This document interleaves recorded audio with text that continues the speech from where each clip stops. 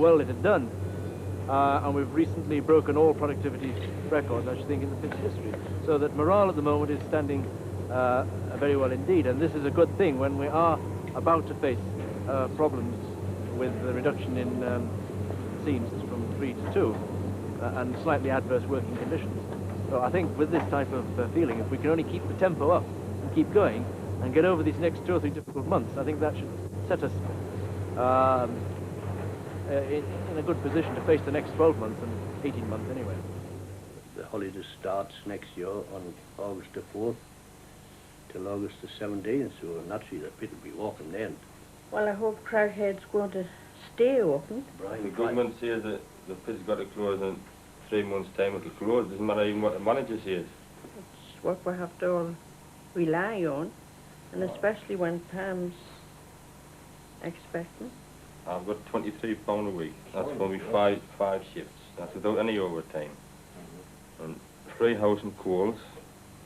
Well, that'll fetch it up to near enough £30 a week when you reckon everything in. When I get a job out the pits, I'll not be fetching half what I'm fetching in now. And I'll have any rent to pay, coals to buy. It'll make a big difference to me. August, 1 month later. While the headlines are preoccupied with international affairs, the government at last announced their decision on the future of the Seaton Carew power station.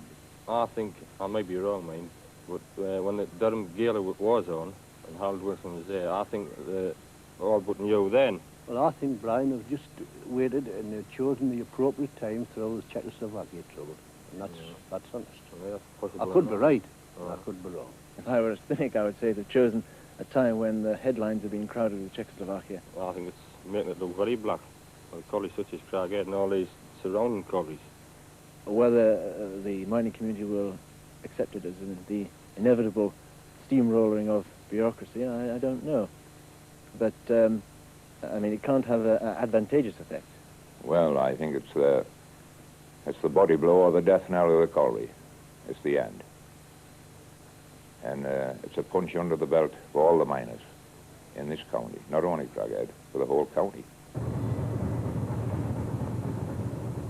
Only a week after the Seaton Carew announcement, a special meeting is called at which Craghead's future output of coal per man shift is discussed by NCB Area Deputy Director of Operations, A.Z. Lang. I would like to touch on some of the results of the past of this colliery. Going back to 1963, the output per man was only 17.7 hundredweights. Over the years, it's increased to 20, 21, 24, and last year it reached 27.6. Now, we won't be able to break even on this. In fact, we'll lose an awful lot of money.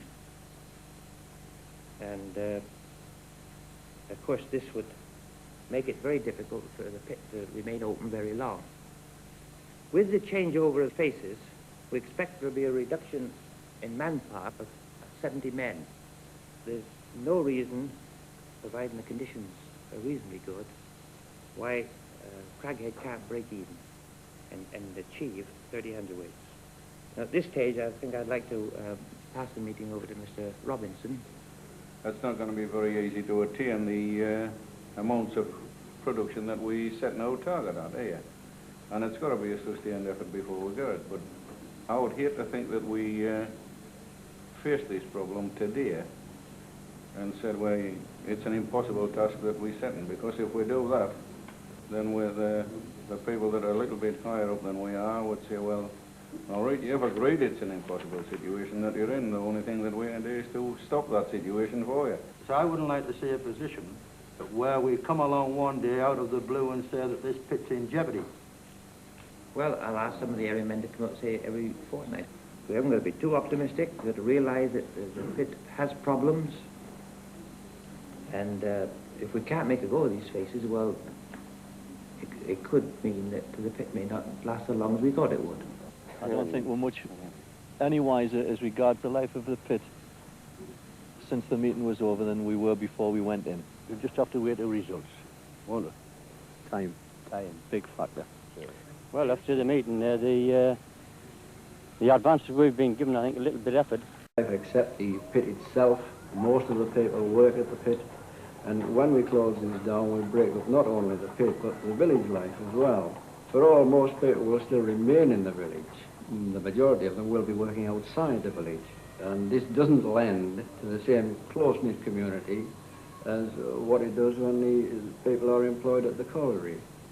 Since we had that closure meeting, the atmosphere has been very, very low. Everybody seems to be in a worry what they're going to do next, whether to go away, emigrate down to the Midlands, or whether to go to a factory. And, oh, it's been terrible. It's a big blow to everyone. These people are all moving away.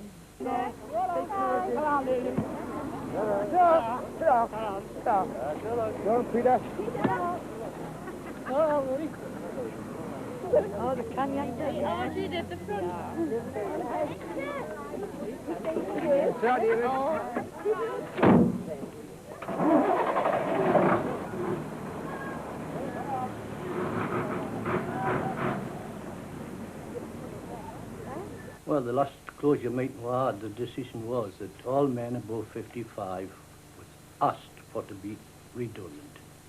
But through my age, 58 approximately, going on for 59, I feel that I've had enough. Now, I will get a lump sum in gratuity plus 9/10 of my wages for 3 years, which, the way I feel at present, I'll make my decision after the 3 years, because I don't feel too well to start with.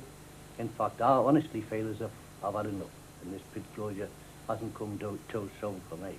No, I'm glad that this has come. It should have happened 50 years ago. There should be no pits. Pits are no good for nobody. No, it ruins the health, everything. No good. In my opinion, a man's more or less a rat down the mine.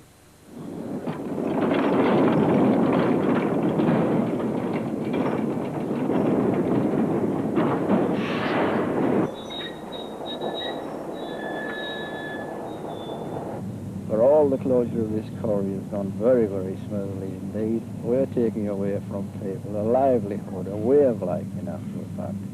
We're taking away landmarks, we're taking away a whole community, we're breaking it up. So therefore it must be depressing on every occasion, and it's something you will never get used to. You get used to the procedure of doing it, but in actual fact it's still very, very depressing. Well, I've worked my last shift at Craghead Colliery. I'm taking my boots and clothes over to a new colliery. It's a pity Craghead's had to close, but nevertheless, I'm on my road, I'm on the way.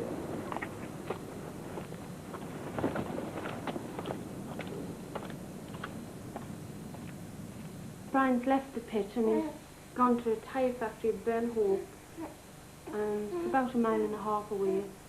He's been there for 2 weeks now. He was a bit strange at first, but he's settling down a bit better now. I'm pleased he's left the pits, but I knew it would take time for him to adjust to another job out of the pits, because that's all he's done, you see. It's a lot different to pit work, the heat and water thing, and well, I've overcome that now. Like the first 2 or 3 weeks, the first week rather, I thought, oh, I'll not be able to stick this. I'm getting used with it there now, and I'm quite happy. The money's good, and I'll stick with the job as long as the job's here for me. I'm quite happy and content. And so, in July 1969, the life of Craghead Colliery nears its end, with the final salvaging of valuable machinery and materials to be transplanted and used in active pits in the area.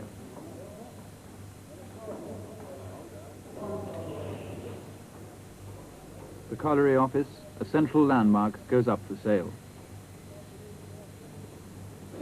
A few buildings will survive for light industries, but the remainder will be demolished and buried in the pit shaft. The pit ponies are brought up and taken to retirement at the coalboard stables.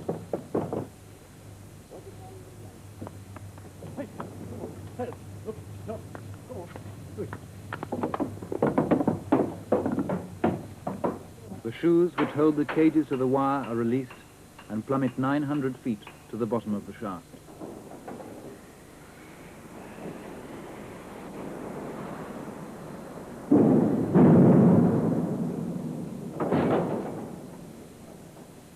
The last job is to release the cage from the chains.